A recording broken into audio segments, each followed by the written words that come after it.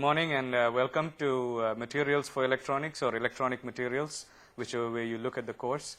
These are dealing with all kinds of materials that will be used in electronics. Our class timings are 9:30 to 10:25 on Wednesdays, from 8:30 to 9:25 on Thursdays, and from 10:30 to 11:25 on Friday. Basically, the course will be an introduction to this world of electronic materials. In our day-to-day use, we encounter electronic materials all the time, and I'll define a little more precisely what I mean by electronic materials. And what we will look at in this course are what are electronic materials, and why do they behave the way they do, in what kind of applications they are used, etc. These are the kind of things that we'll be looking at in this course. I've just given some information there about myself, where you can contact me if you need to. I would prefer that you either call me or email me before you contact me. And this is a rough syllabus. We will vary from this as the need arises. We're going to deal with structure and bonding in all these materials. That's what ultimately determines how materials behave. And then we'll get to band structure. The electronic properties are determined by the energy bands. And then not all materials are perfect. Most of them have various kinds of defects, and what role these defects play in the properties. I'll touch upon crystal growth, doping, and then what we mean by transport properties are electronic transport properties. That means particularly when we are having current passing through a material, how does it behave? That's what we mean by transport properties. Dielectric properties, especially in ceramics, that's a very important thing, the dielectric constant and things like that, where we use them as insulators or for charge storage applications. And then we have a class that has become very popular, high-temperature superconductors. In the last 10 years, 15 years, that has become a major field. And so since I'm not particularly limiting myself to only semiconductors in this course, we will touch upon semiconductors and superconductors. And as time permits, we will do something about another emerging field, conducting polymers. Polymers are familiar to us in the form of plastics, which we use in many fields. But when they are suitably treated, they conduct electricity, or they may be insulating, or they may be semiconducting. So we will look at that a little bit. Ceramics are traditionally insulators, used for structural applications and things like that. But again, when we have a particular kind of material, we treat them in different ways. We change the structure. We create new materials. We can have electronic ceramics or electroceramics. And then we'll try to look at some basic semiconductor devices. I will not limit myself to a particular text, but if at all you're interested in a textbook as such, I will look at this book, Principles of Electronic Materials and Devices by S.O. Kasap, the second edition. It is by Tata McGraw-Hill. So you can look through it as you need to. And we will make use of other references in Electronic Properties of Materials by Rolf Hummel, and the Principles of Engineering Materials, Barrett, Nixon, Tettelman, and some other references. When I need to, I will point you to it. And I will leave the distribution of grades. That's, as usual, what we have in these courses. I want to state a few things very clearly before we begin the course. Some of you may be familiar with this, but I just say, I expect you to ask questions. I will not be simply sitting here and lecturing. There will be some interaction that I expect from you. And in that sense, I call it an interactive classroom. And if you don't ask me many questions, I will start asking you questions to generate the interaction. The second thing I want to say is that the teacher is not always right. And in that, where it's necessary, I want you to challenge me in things so that we may have clarity and the right answers for the questions that we have. The exams are closed book. But again, the way I test you will be not simply what you can memorize, but what you really understood and apply in the course. And a couple of other things which are very important for me will not affect you in the classroom, but with homeworks and exams, please do not copy from each other. Otherwise, that will affect your performance, both the person who is copying and the one who is giving the material to copy. I don't tolerate that at all. And one final thought for some of you, your handwriting is very difficult to read. So when you send me material to evaluate, I should be sure that I can read that. These are some minor things that I'd like to get out of the way before we begin the course. Let me come specifically to what I mean by materials for electronics.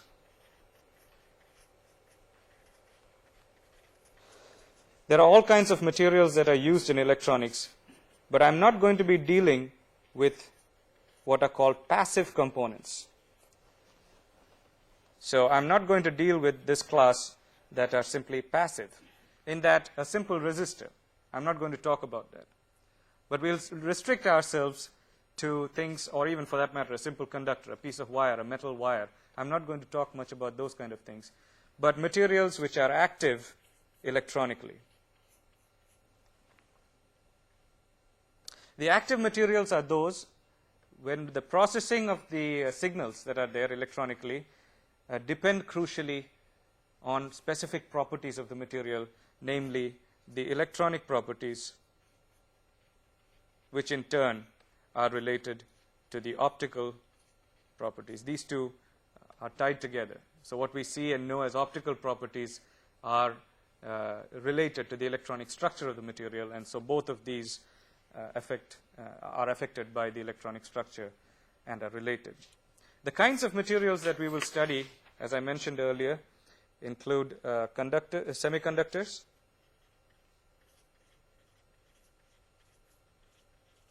and I mentioned superconductors,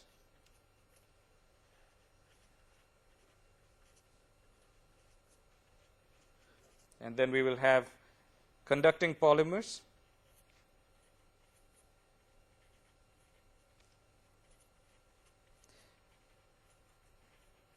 and some kinds of electronic ceramics or dielectric materials. These are broadly the kind of materials that we will be interested in. And as we will see, in any modern application, practically all these overlap. We use them all together. They are not distinct classes of materials like they used to be treated. Now there's a considerable amount of overlap in these cases. Now the electronic properties that we are interested in for all these materials ultimately depend on the structure of the material. And that's a very critical interplay between structure and properties of the material. So we'll see that once we understand why a particular material structure, whether it be a semiconductor in terms of its band structure, or whether it's a metal in terms of the metallic sea of electrons that are there, or whatever it might be, once we understand structure and crystal structure, we can understand the properties. And then that gives us a tool that if I can tailor the structure to what I want, then I might be able to change the properties, and that is what is known as the structure-property relationship. Let me consider one property in particular to give you an idea of what I'm talking about. See, resistivity, how much resistance the material is offering electronically, it spans such a huge range when we look at it. The magnitude of materials that are highly insulating range from 10 to the power minus 16 ohm centimeter, which we find in materials like quartz. I'm sorry, 10 to the power 16 ohm centimeter, which we find in materials like quartz. And then you have the other extreme where you have superconductors, which are roughly about 10 to the power minus 16 ohm centimeters.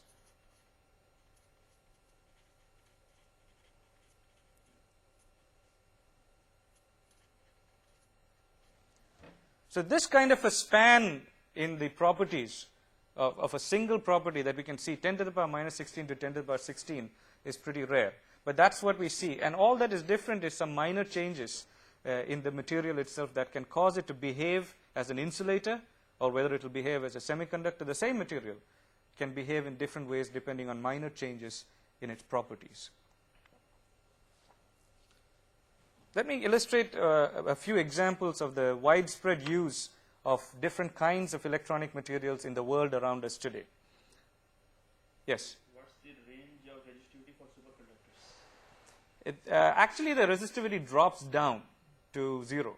It's very difficult to measure these kind of values in practice. The range in superconductors you're asking, right? It goes down in their normal state. We'll come to that when I talk about superconductors. There is a normal state, and as you cool it down, it flips to the superconducting state. So in the normal state, it could behave in different ways. Metals can behave as superconductors, so in their normal state, they would exhibit metallic conductivity. And there are insulating type ceramics that are the new high temperature superconductors that in their normal state behave more or less like insulators. So there is a whole range in their normal state, but when they come to a critical temperature, which is defined for different materials, there is a sharp drop, a very distinct drop, which practically goes to 0. And that's what I put 10 to the power minus 16 as the resistance. Very low resistance, which we cannot measure. That's not the only defining property, though, of superconductivity. We define it more essentially in terms of its magnetic behavior. So when we come to superconductors, I will talk about that a little bit. Okay, let me show a few things to illustrate the whole range of applications in which we find electronic materials, and to give you an idea. Let me take something as simple of everyday use as the cell phone. All right, we have this is just a toy phone, but this is there for us everyday use nowadays, becoming very popular, and the heart of it is all electronic materials. Whether it be the display, this is just a toy, but the real display or the electronics within is based on electronic materials in our everyday use. I'm going to go back to something really basic. In the home, we use gas lighters, to give you another example. This is used to light your gas, and the heart of it is a piezoelectric ceramic, that when a pressure is applied, when we press this, what we're doing is momentarily applying a pressure to it. And when we do that, a voltage is generated that results in a spark here. But at the heart of it, there is an electronic ceramic material. Or let us take something like the laser pointer we use every day for all kinds of presentations. This is a laser pointer. And again, inside here, there is a semiconductor diode laser, a very small laser. And these are able to be made so cheaply, that's why we can use these almost like commodity items, 100 rupees or something like that, and we can buy it in the market. Then we can talk of the heart of computers. Here's a board that I show. You can see there are various kinds of materials on this. I'm showing this just to give you an idea of the range. There are chips of all kinds that are mounted in here. And at the heart of the chip of each of these, there is a small piece of silicon, which is the fundamental semiconductor that we're using. And in here, in addition to the silicon, there's metal that you can see, wires that are running across. A little bit here you can see all over. These connect up the various circuits. And within the chip also, there are many wires that connect up different transistors and so on. The board itself is some kind of a polymer. Okay, so we've got polymers, metals, semiconductors, all that go together to make up, and then in some of these other components like capacitors, you'll find ceramics also. So what goes into all this is different kinds of materials that we call the electronic materials. So I'm not restricting myself only to the chip itself or the silicon there and say that is the semiconductor, but we can see there's a whole range of materials that are used in something that goes, say, into your computer. I'll show a few other things. For example, here is a temperature controller. And when you look at it, we can see that there is inside it, of course, there's all kinds of circuitry, but what I'd like to draw your attention to is the display. That's what we call LED, light emitting diodes. It's not on, otherwise you would see the lights glowing, and that's how we see the different numbers up here. These are created by diodes themselves, so they are made in the form of a display. On the other hand, you have other displays. Okay, I didn't put that out. The liquid crystal displays that we find in quads, in clocks and things like that. Let me show you as an example another material that is just in the raw form. It has not yet been processed. What you see here is a big wafer, 4 inches in diameter, of silicon with oxide on it, and then it has been patterned. You can see the pattern there to produce various circuits there. This is the heart of all the chips that go into your computers and so on. On wafers like this, all kinds of processing is done in various steps to deposit oxides, metals, diffusion steps that are taking place, and then finally all this is given to us in the form of a packaged chip. But at the heart of it is something of this kind. Of course, this doesn't cost so much, but there are other wafers. This may cost, say, 1,000 rupees or 2,000 rupees. But there are other materials where the wafer itself will cost a lot more. Say, silicon carbide, a small wafer may cost us maybe 50,000 rupees. But that is the reason why silicon is so popular in our semiconductor world. We are able to make it cheaply and to use it for our day-to-day application. So this is roughly, yes? That wafer is made of? This is silicon. This whole thing is just pure silicon. So you are keeping it at top. Yeah. It's not going to contaminate it. Oh yes, once I've shown you, it's not much use to me. Now I'm not going to use this for processing just like it is without cleaning it further. And the kind of processing that is done in the industry takes place in clean rooms. They won't give it to you in a room like this, where even the dust particles, how many dust particles are there inside the room are controlled. So in that level, we are controlling everything, the dust and the humidity and temperature and all that. So this wafer will never be able to enter into a process like that because it's contaminated. But this is for the purpose of display that I showed. Do we have any particular application on this size wafer, this dimension? Okay. The question that you are posing is why we need such a large wafer. Well, every time I put in a wafer of this size, I'm getting perhaps 500 chips or 1,000 chips, depending on the size of the wafer. So the larger wafers that are used in industry now perhaps are 12 inches or so in diameter. 6 inches was there, 8 inches, maybe 12 inches now. So the larger you go, the cost per chip comes down, and obviously there is a trade-off at some point that you cannot go on simply expanding the size. There is the capital cost of handling such equipment, handling such wafers. And so beyond a certain point, there may be a limit.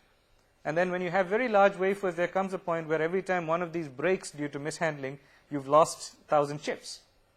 So there is some practical trade-off. But at present in industry, if I'm not mistaken, they're using 8 to 12 inch diameter wafers that give you large, the capacity to make in large volumes the chip. And that is why in the market we can go out even in Calcutta or Kharagpur and buy certain chips for as low as 10 rupees or 15 rupees. We can buy chips.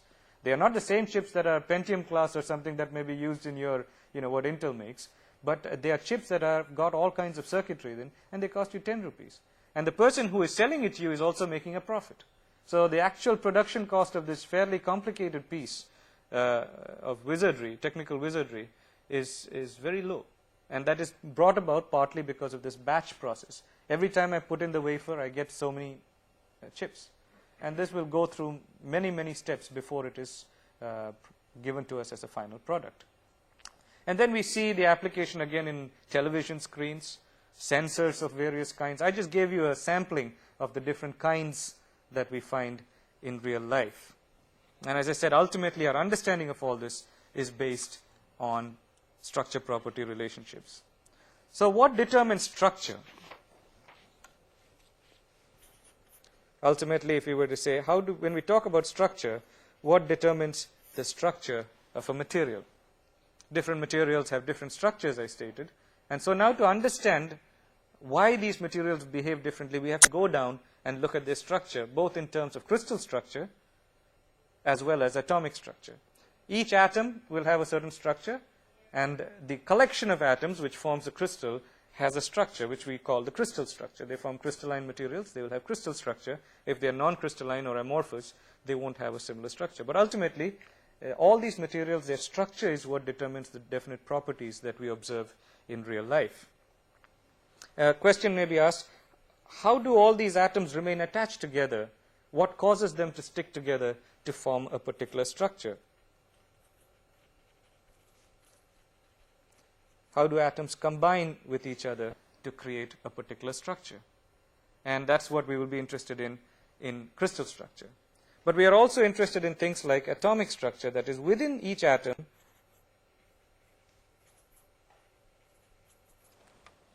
how are the electrons and the protons and the neutrons arranged? That is another point that we will be interested in.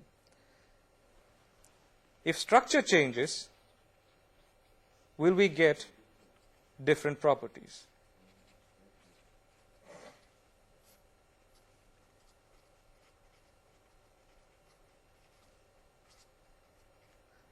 I put that as a question mark, something that we will explore. If the structure changes, will that lead to a property change? And the actual answer to that is yes.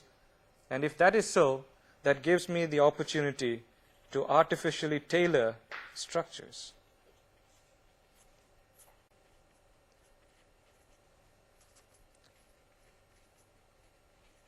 So I may not have a particular material which displays the property that I'm interested in, but I know that if it has this structure, it will give me this property.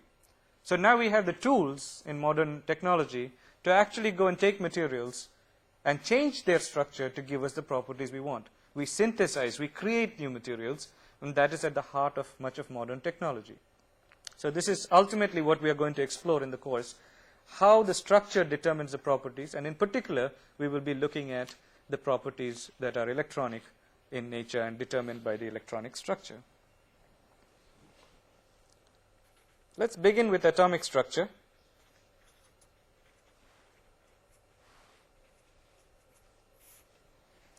Atoms are the building blocks. Much of this is by way of review, by the way. Much of it you know, perhaps all of it you know, but I just want to offer it as an introduction before we get into the heart of the matter. Atoms are the building blocks, and this has been known for a very long time.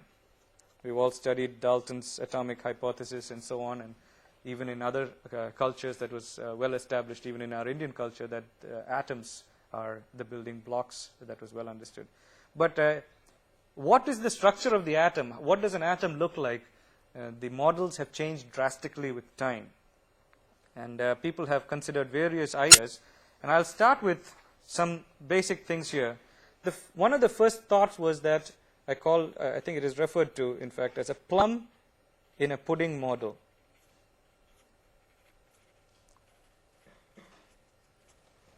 Okay, a plum or a fruit or a raisin, okay, whichever way you look at it, embedded inside a cake or a pudding.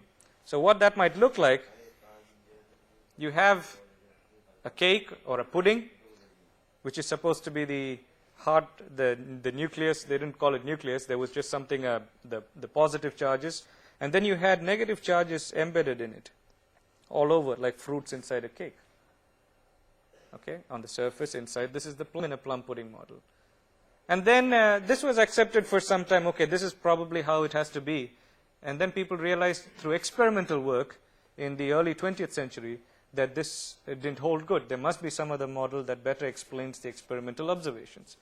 And there were a whole range of things that had to be explained. And one of the experiments that was performed was by a man by the name of Rutherford, again that you're familiar with. What did he do? He took some gold foil and he bombarded it with alpha particles. Okay? And to his surprise, what he found was that most of these passed through the foil without being deviated. Perhaps slight distortions were there. But even more important, he found that some of them were deflected right back, maybe in directions like this. And the plum in the plum pudding model does not explain something like this. Why should it be that most of them will go through, but a few of them will be deflected and come back? And so out of these kind of experiments emerged a different picture of the atom, that at the heart of the atom there must be a positively charged nucleus, which is very small, and most of the space around it is empty. And the negatively charged electrons are located around this positively charged nucleus. So most of the space there is empty, the positive charge being concentrated in a nucleus.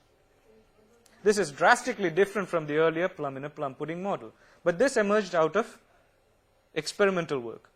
Now there was a whole body of other experiments also that needed to be explained, which came from spectroscopy. The kinds of light that are emitted from materials, for example, when you heat them up or when you treat them in different ways, the light that is emitted, why do they have specific colors? Why not other colors? And if you can take the wavelengths of these and analyze it, that's what we mean by spectroscopy, we find that the wavelengths that are emitted fall into certain series. And all these kind of experimental observations were there and couldn't be quite explained. And it took the coming of the quantum mechanics and quantum theory to finally explain most of these. And one of the major starting points in there was the work of Bohr. Okay, Rutherford had postulated that we'll have a core, small core of the nucleus, positively charged, surrounded by electrons.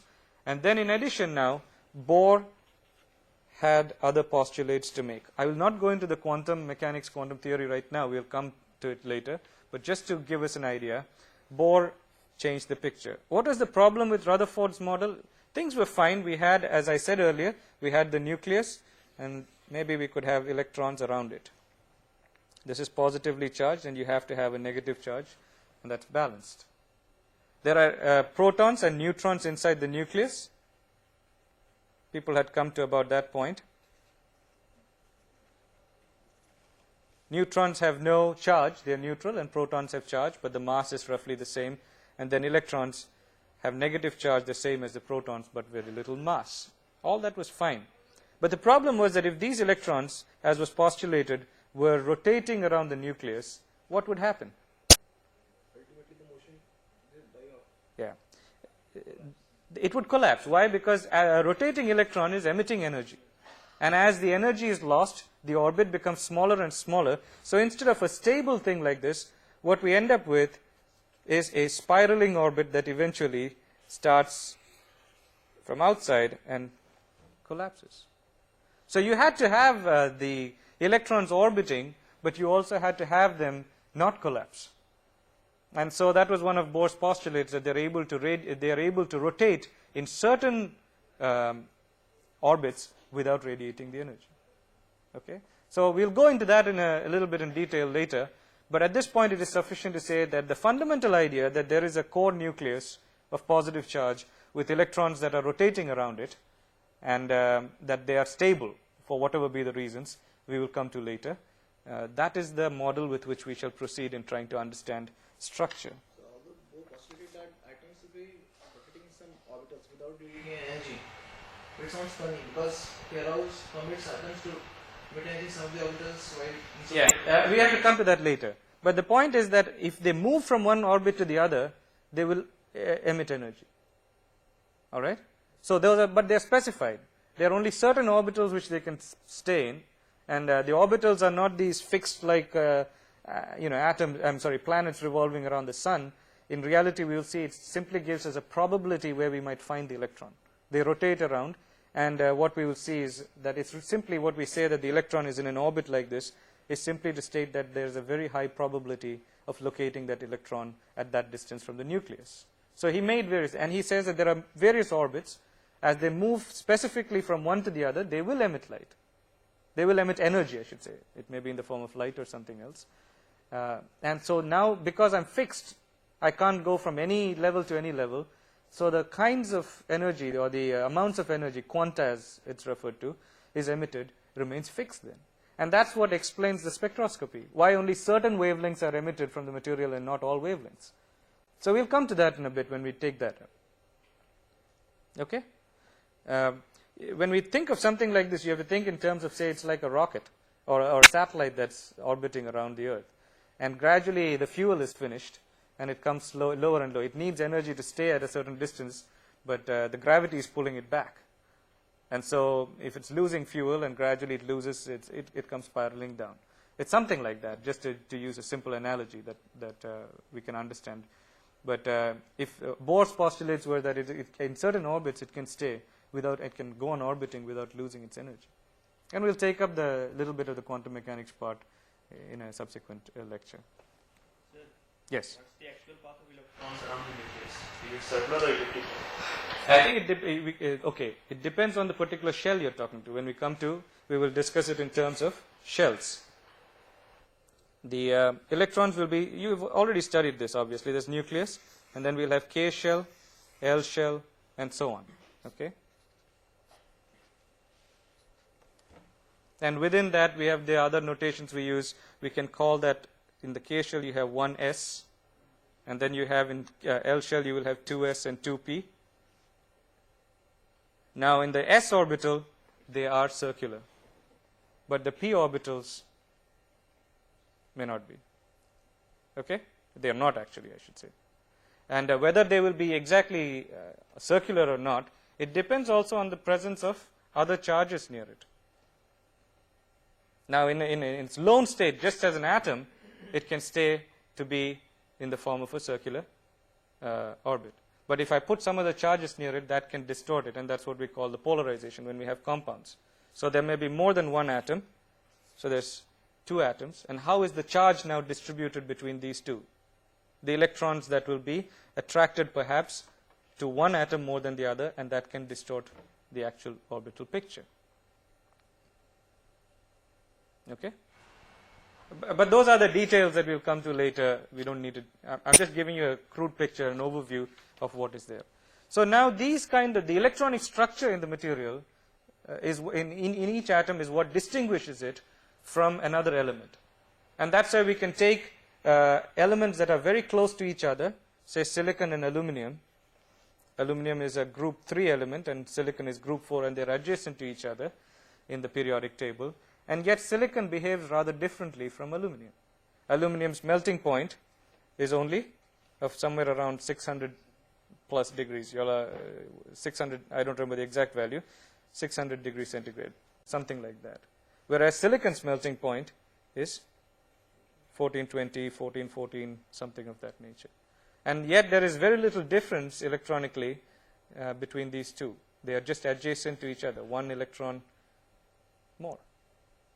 But the shell structure, the way they have arranged themselves in the shells, determines drastically the property. Aluminum is very soft, and it is ductile.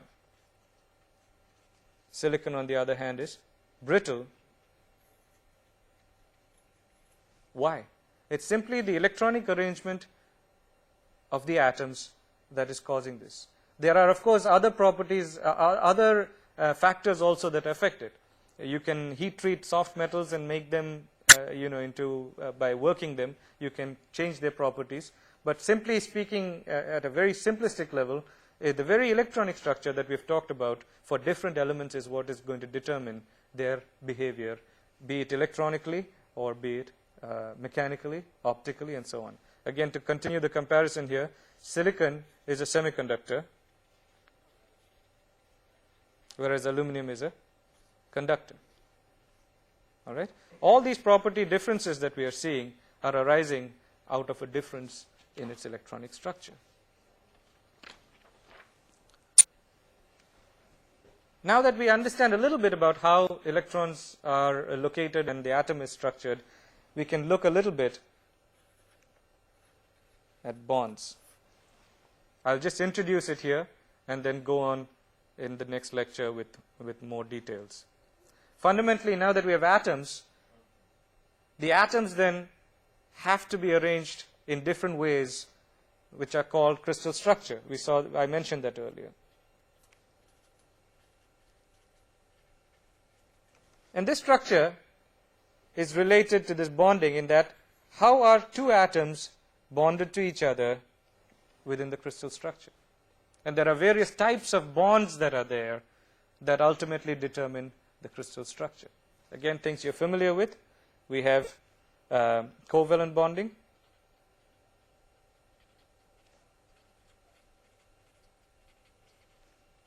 ionic bonding,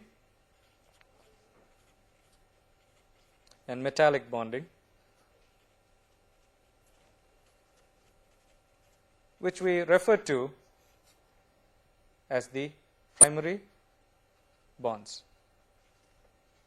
Most materials that you encounter, their properties are fundamentally determined by these three types of bonding.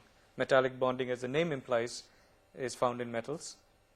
Ionic bonding, where they have ions that are bonded together, exchanging of electrons, and covalent bonding, where they share electrons. These are the basic ideas that you have. We'll look at it a little more. And then you have secondary bonding, which includes things like van der Waals bonding,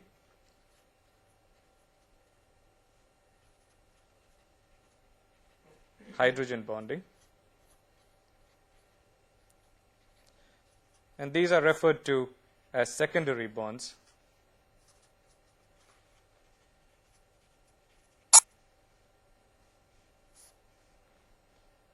And they are made use of to explain some more exotic materials. For example, like the inert gases. When you solidify inert gases, what kind of bonding they'll have?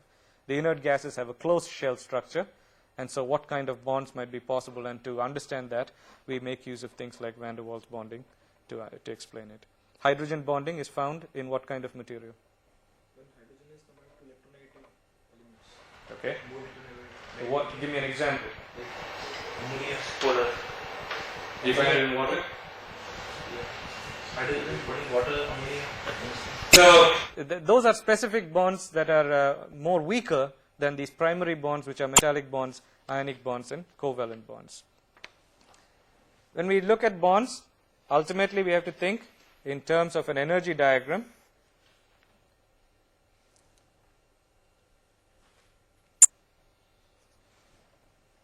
Where we'll plot the energy versus distance. And there's two sets of forces primarily that are acting on these atoms. One is a repulsive force that arises at a very short distance. As the atoms come closer and closer to each other, there is nuclear repulsion between two nuclei. And the electron clouds also overlap. So at short distances, we will have a repulsive force. Okay? But at larger distances apart, we have an attractive force in the material. And so when we plot it, we will have a sharp increase in energy. That means as we come closer and closer together, the energy becomes lower, becomes closer and closer. I'm sorry, this is what I'm plotting is the force, not the energy, the force between them. Okay. And in terms of energy, we will see. So as we come very close to each other, the energy becomes very high. As we are moving farther away also, the energy is increasing. But there is a minimum point in this curve. And this distance we will refer to as d naught. That is where, when the two atoms are at a distance d naught from each other, we have the minima in their energy. And this is where they like to be. So the reason why they form the bonds is to minimize their energy.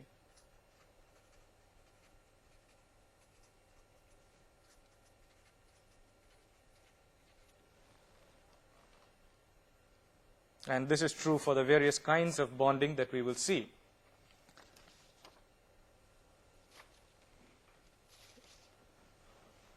In the case of covalent bonding,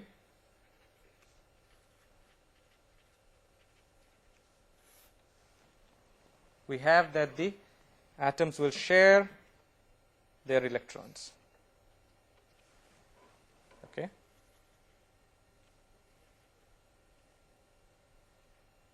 Give me an example of this. All bondings in organic compounds like methane. Okay. Let me, you have diamond, which is simply carbon atoms. Okay. We find covalent bonding there, where the two atoms share their electrons and form covalent bonds. In ionic bonding,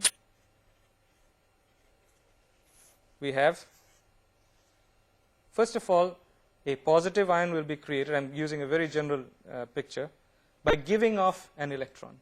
So in the neutral state, it had a certain number of electrons. By giving away one or two electrons, it achieves a positive charge, acquires a positive charge. And then you have another atom which acquires a negative charge by acquiring another electron. So in one case, a particular atom that was neutral gives up its one electron or two electrons and acquires a positive charge, and the other atom in that situation acquires a negative charge by acquiring the electron. And now there is an interaction between these two, the positive charge being attracted by the negative charge, and that's what produces ionic bonding. An example being, say, for example, sodium chloride. Okay? Sodium ion bonded with chlorine ion. When we come to metallic bonding, I'll come back to some of this in a bit. We have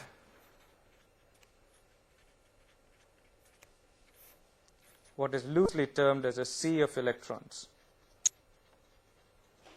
There are some electrons in this material that are so weakly bound, they are basically available throughout the atom. They can move around very easily.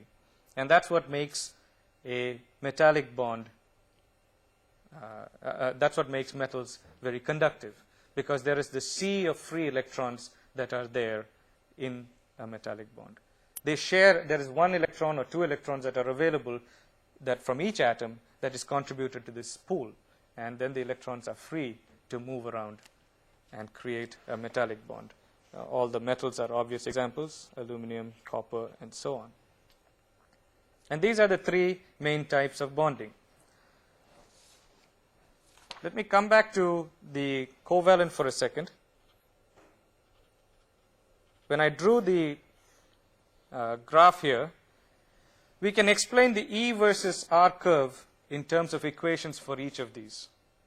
Okay, they are well-known equations, and our curve that I had here earlier, we can explain those in terms of various equations that have been proposed. Let me give you the E versus R equation for covalent bonds. The energy per ion, which is what I've written as E, I'm sorry,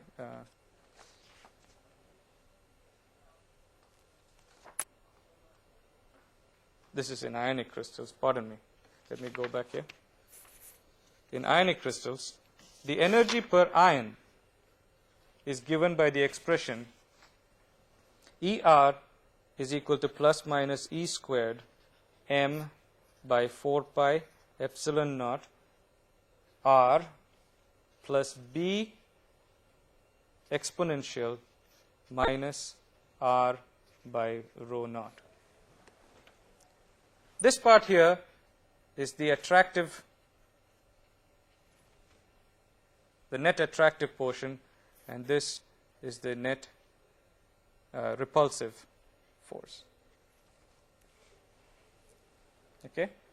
So these are the potential energy of an ion pair, and the expression that we have here is for the energy per ion pair, where m is referred to as the Madelung constant, r is the distance which I had earlier referred to as d. You can, it's called r here, is the distance between the ions.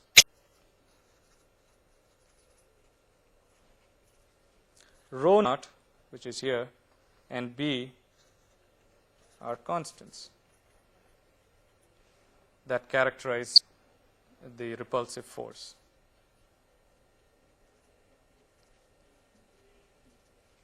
Okay? And as I stated earlier, equilibrium is the state where we have the lowest energy, and that's where they like to be the minimum energy. And we can find that out by simply differentiating dE by dr and setting that equal to 0. That will give us the minima in the curve. So for a specific example, let me take up cesium chloride, for example, which is an ionic material. We are given that the Madelung constant is 1.627. The value of B constant is 4.512 into 10 to the power 4 electron volts, and rho naught is equal to 0.034 nanometers. Note the units carefully for various problems. That's going to be important. What we are wanting to do is to calculate R naught, which is the equilibrium separation between the cesium and the chlorine. And we also want to calculate the binding energy per ion. These are the two things we are trying to determine.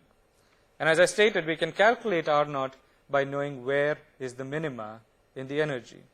And so when you differentiate dE by dr, we have E squared by m 4 pi epsilon naught R squared plus minus B by rho naught exponential minus R by rho naught. And as I said, the minima is where dE by dr is equal to 0. That's obvious. So when we set this expression equal to 0 and solve for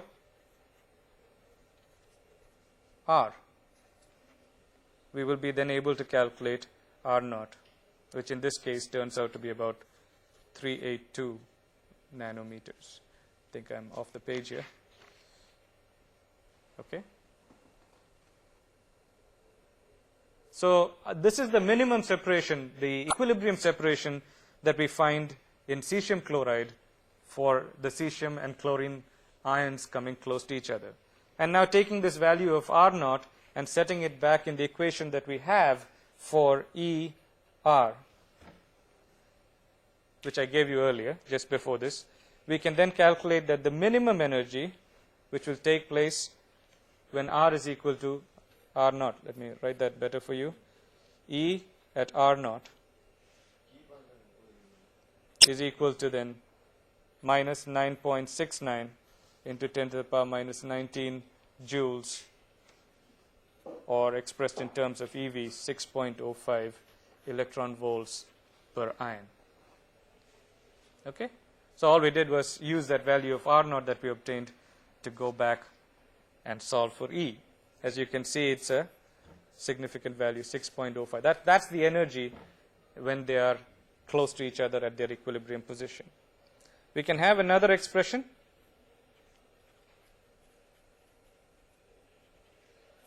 for this bonding. This is a more familiar expression. Actually, these are all expressions that people have given to best explain the data, and there are different models that do this, different values for the potential energy equations, and they are useful for different materials, and so I'll just give them to you. Minus A by R to the power n plus B by R to the power m, where A, B, n, and m are constants. This again, as before, is the attractive part of the energy, and this is the repulsive part of it. And now again, when we come to these materials, from that curve that we have for E versus R, we can derive a lot of information which is very useful. For example, when we apply pressure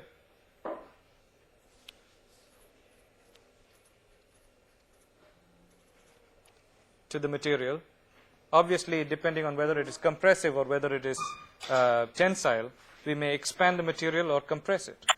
And so when pressure is applied, the volume changes. And what we see is that we can relate the pressure to the change in volume by an expression.